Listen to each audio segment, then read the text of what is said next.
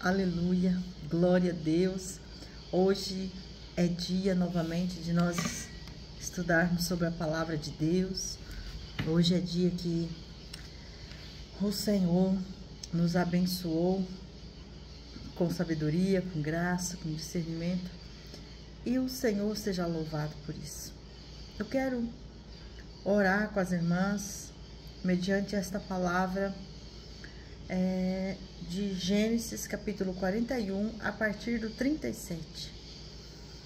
Aqui nesta passagem que está contando a história de José, vai trazer para nós ali quando José se torna governador do Egito.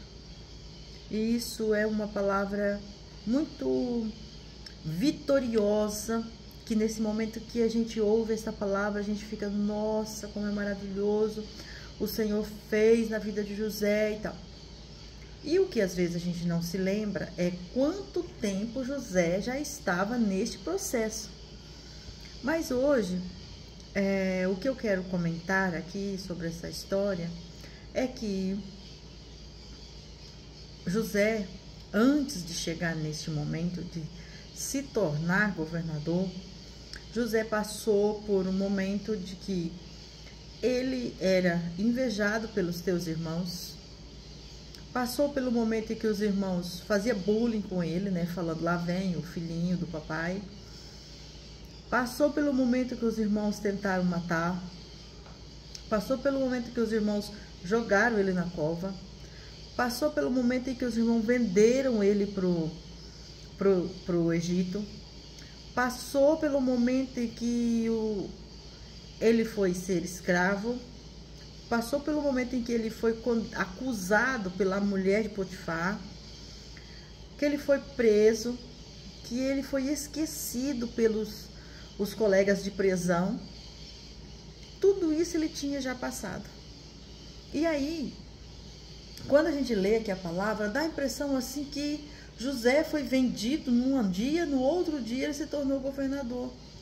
E aí isso traz para nós assim uma necessidade de que aquilo que foi prometido para nós seja rápido, que a vitória seja rápido. E é por isso que hoje eu estou aqui assim meditando, eu estou num momento específico da minha vida, onde eu estou analisando algumas coisas que eu tinha planejado, que eu tinha sonhado.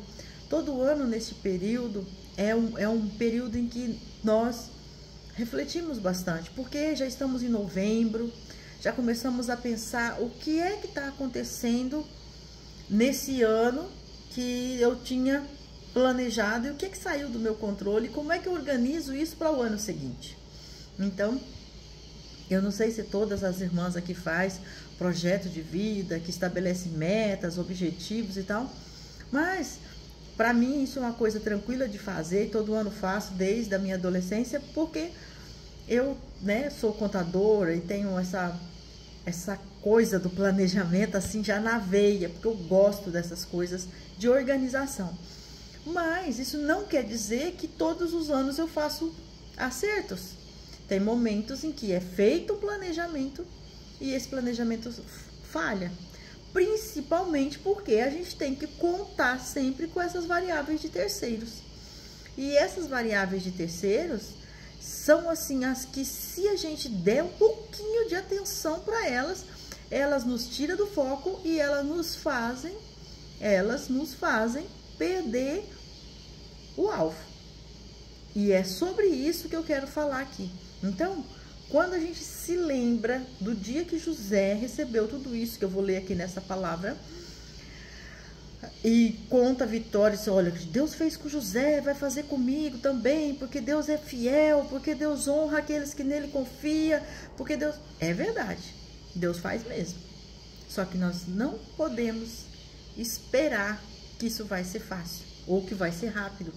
Porque só aqui, quando eu comecei a lembrar, José sofria dentro de casa a inveja dos irmãos, sofria bullying, foi rejeitado, pelos irmãos, foi jogado no poço, foi vendido, eles tentaram matar, depois ele foi ser escravo numa terra estranha, depois ele foi acusado pela mulher, foi assediado, acusado por uma coisa que ele não cometeu, foi lançado na prisão e foi esquecido pelos colegas de prisão.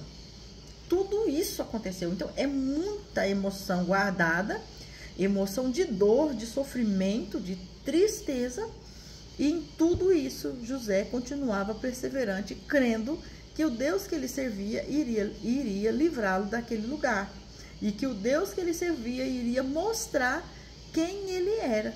E não o que os outros estavam vendo por fora, invejando, assediando, criando situações para fazer com que ele não estivesse no lugar que Deus fez ele para ser. Porque eu creio assim que o destino de José, por conta da fidelidade que ele tinha com Deus, ele era um destino de governo. Não tinha como ser um destino diferente. Ele tinha as habilidades para isso, ele tinha fidelidade para isso, ele correspondia com essas expectativas. Então, sobre isso, eu quero aqui então ler essa palavra que vai dizer assim: depois, este conselho foi bom aos olhos de Faraó e aos olhos de todos os seus subordinados. Isso aqui é quando ele dá o conselho do sonho que o Faraó estava esperando. Então o Faraó perguntou aos seus subordinados: poderíamos achar um homem como este, em quem esteja o Espírito de Deus? Então veja, o Faraó, ele já entendeu que sobre José tinha um espírito diferenciado, o Espírito de Deus. E então depois o Faraó disse a José: visto que Deus te revelou tudo isso, ninguém há que tenha discernimento e sabedoria como tu. Comandarás a minha casa, e todo o meu povo se governará por tua ordem. Somente no trono serei maior que tu. E o Faraó disse mais a José: eu te coloco no comando de toda a terra do Egito.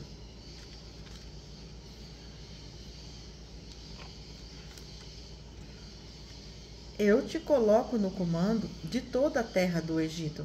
Então o Faraó tirou da mão o seu anel de selar, colocou-o na mão de José, vestiu-o de traje de linho fino e lhe pôs uma corrente de ouro no pescoço. Além disso, ele o fez subir na sua segunda carruagem e conclamavam diante dele: ajoelhai-vos. Assim o Faraó o colocou sobre toda a terra do Egito. E o Faraó disse ainda a José: eu sou Faraó, mas sem teu aval ninguém levantará a mão ou o pé em toda a terra do Egito. E o Faraó deu a José o nome de Zefenate-Paneia, e por mulher Asenate, filha de Potifera, sacerdote de Orn. Depois disso, José viajou por toda a terra do Egito. José era da idade de 30 anos quando se apresentou a Faraó, rei do Egito. E José saiu da presença do Faraó e foi percorrer toda a terra do Egito. Durante os 7 anos de fartura, a terra produziu muito. E José ajuntou todo o mantimento dos 7 anos produzido na terra do Egito, e o armazenou nas cidades, e armazenou em cada cidade o mantimento dos campos dos arredores. Assim José estocou muitíssimo trigo, como a areia do mar, até que parou de contar, porque não se podia mais contá-lo. Antes que chegasse o ano da fome, nasceram 2 filhos a José, os quais lhe deu Asenate, filha de Potifera, sacerdote de Orn. José deu ao primogênito o nome de Manassés, pois disse: Deus me fez esquecer de todo o meu sofrer e de toda a casa de meu pai. Ao segundo, ele deu o nome de Efraim, pois disse: Deus me fez prosperar na terra da minha aflição. Então se acabaram os 7 anos de fartura que houve na terra do Egito. Tá certo? Essa palavra de Deus para nós é um consolo muito grande. E o que eu estou hoje aqui meditando e fiquei refletindo sobre essa palavra de hoje que nós precisamos louvar ao Senhor nesta noite e falar com o Senhor sobre nós e pedir ao Senhor a intervenção naquilo que nós ainda não conseguimos. Primeira coisa é que nós precisamos baixar o nível da ansiedade e saber esperar o tempo de Deus para resolver aquilo que nós precisamos que seja resolvido. Porque José, ele tinha o chamado, ele tinha, eu creio assim, que José já foi nascido com esse destino para o governo. E ele precisava passar por todas essas fases, e ele precisava suportar todas essas situações. E ele esperou pacientemente. Não se vê em nenhum momento da palavra de Deus José reclamando pelo que ele estava vivendo. E aí, o que acontece? Essa é a primeira coisa, nós sabemos esperar o tempo, baixar todo o nível de ansiedade, sem murmuração, como ele fez. E a segunda coisa é, quando Deus mudar o nosso destino, nós realmente entrar no mais profundo da nossa alma e fazer isso que José fez. Eu vejo aqui que José, quando ele estava no auge do trabalho dele como governador, que ainda era nos 7 primeiros anos, antes de acontecer a fome, antes de acontecer o tempo de usar o que foi reservado. Diz que ainda no tempo da bonança, ainda no tempo da fartura, ainda no tempo de glória, no tempo em que ele estava assim, o que José falou através, como revelação do sonho do faraó, está de fato acontecendo. José está recolhendo os produtos das pessoas que produziram, está conseguindo armazenar, está funcionando, nesse trabalho sério, nesse trabalho organizado, nesse trabalho totalmente administrativo, assim, em termos de governo organizacional, para fazer todas essas reservas de alimentos. Enquanto isso acontecia no mundo profissional de José, no trabalho de José, na vida pessoal dele, na vida familiar dele, estava acontecendo uma cura, estava acontecendo uma restauração de paternidade, estava acontecendo uma restauração de homem, de varão, de sacerdote da casa, de dono de um lar. Porque ele tinha ganhado, no mesmo dia que ele ganhou o cargo de governador, ele ganhou uma esposa, a Asenate. E essa esposa deu para ele 2 filhos. E esse filho primogênito aqui, ele dá esse nome, que Manassés. E ele vai dizer, Deus me fez esquecer de todo o meu sofrer, de toda a casa de meu pai.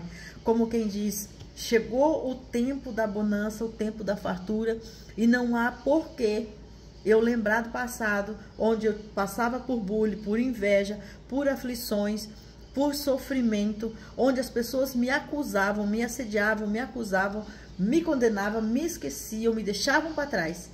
Eis que agora eu estou num lugar onde o meu trabalho tem valor, onde o meu trabalho é útil, onde eu tenho minha esposa, onde eu consegui ter um filho perfeito. Então ele diz, agora tá tudo certo comigo. E eu entendo que isso era muita gratidão que ele estava fazendo. E quando vem o segundo filho, ele vai dizer assim, Efraim, que quer dizer, Deus me fez prosperar na minha terra de aflição. Que significa, quando ele foi para essa cidade, ele foi porque ele quis? Não. Ele foi porque ele sonhou com esse lugar? Muito menos. Lá ele viveu dias felizes até essa situação acontecer? Não. Porque ele chegou como escravo, trabalhou como escravo, foi acusado como servo dentro da casa do rei, assediado. Ele teve que passar por um momento de assédio, de ter que renunciar a essa mulher assediando ele todos os dias. Teve que ser muito forte para dizer não. Quando ele não tinha mais como dizer não, ela levanta aquela acusação contra ele. As pessoas acreditam, o rei acredita, coloca ele na cadeia, preso. Ele faz um trabalho excelente, ele é promovido dentro da cadeia, e na cadeia ele faz o trabalho, na cadeia ele orienta pessoas, na cadeia ele pensa que ele faz amigos, e esses amigos saem e esquecem dele. Então, por isso que ele diz assim, agora, quando nasce o primeiro, ele diz, agora eu esqueci o que eu passei antes de chegar no Egito. Beleza, até ali tá tudo certo, que é o bullying com os irmãos, as invejas dos irmãos, o ser vendido, o ser quase morto, o ser jogado dentro de uma cova. Agora, no segundo filho, ele vai dizer assim, agora com esse eu restauro a alegria. Por quê? Quando eu saí da casa dos meus pais, eu saí como vendido, como um escravo. Então, eu esqueci isso no primeiro filho. No segundo filho, agora eu entendo que todo momento de escravidão, de servidão, de esquecimento que eu vivi nesse lugar, o Senhor me traz na forma de alegria nesse filho perfeito. Então, eu entendo que ele começa a somar essas alegrias. Ele começa a somar essas alegrias. Ele começa a ver a gratidão, sentir a gratidão, expressar a gratidão, dizendo o quanto que o Senhor estava cuidando dele. E eu entendo mais que por causa dessas coisas, por causa dessas gratidões, lá na frente, quando os irmãos chegam e que ele vai dizer para os irmãos, que quando ele vai confessar para os irmãos quem é ele diz para os irmãos, não se sintam culpados, porque não foram vocês que me mandaram para cá. Quem me mandou para cá foi o Senhor, que me mandou antes de você, para que eu pudesse preparar tudo o que está acontecendo agora. Então imagina para que o nível da gratidão que José entrou para chegar nesse momento, ele saber, ele dizer assim, louvo a Deus por aquela aflição. Louvo a Deus por ter sido jogado no poço, por ter sido vendido como escravo, por ter trabalhado como escravo, por ter sido assediado, acusado, condenado, preso e esquecido na prisão. Louvo a Deus por isso, porque por isso eu pude estar no Egito primeiro, eu pude revelar o sonho do rei, por isso eu pude assumir um cargo de governo e por isso eu posso salvar a nação da fome. Então, olha o nível. Enquanto ele poderia estar reclamando, porque a situação realmente era terrível, considerando todos os sofrimentos que ele passou, ele sendo honesto e fiel, ele estava dando glórias a Deus por isso. Então, hoje, minhas irmãs, eu quero assim, num ato de reverência a Deus, louvar ao Senhor por tudo aqueles momentos que nós passamos por coisas semelhantes a essas coisas que José passou.